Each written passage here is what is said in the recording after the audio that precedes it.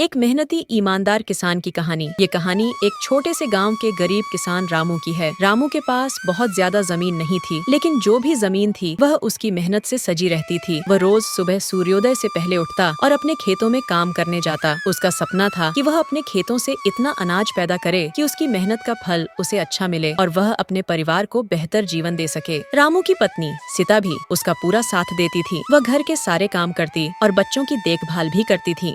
सीता, मैं दिन भर काम करता हूँ, लेकिन तुम तो आराम कर लिया करो।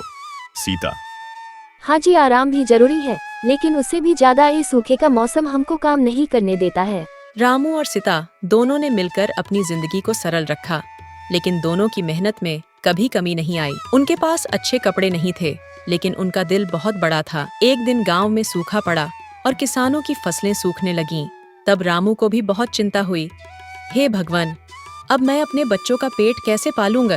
क्योंकि उसकी फसल पर सूखा का असर पड़ा था, लेकिन उसने हार मानने का नाम नहीं लिया। वह रोज खेतों में जाकर पानी देने का प्रयास करता और आसपास के किसानों को भी एक साथ मिलकर मदद करने के लिए प्रेरित करता। भाइयों, अब हमको ही कुछ करना पड़ेगा, पानी लाने का साधन ढूंढना पड़ेगा। वह दिन रात अपने खेत में काम करता रहा और उसे किसी न किसी तरीके से अपने खेत में पानी देने का तरीका ढूंढता।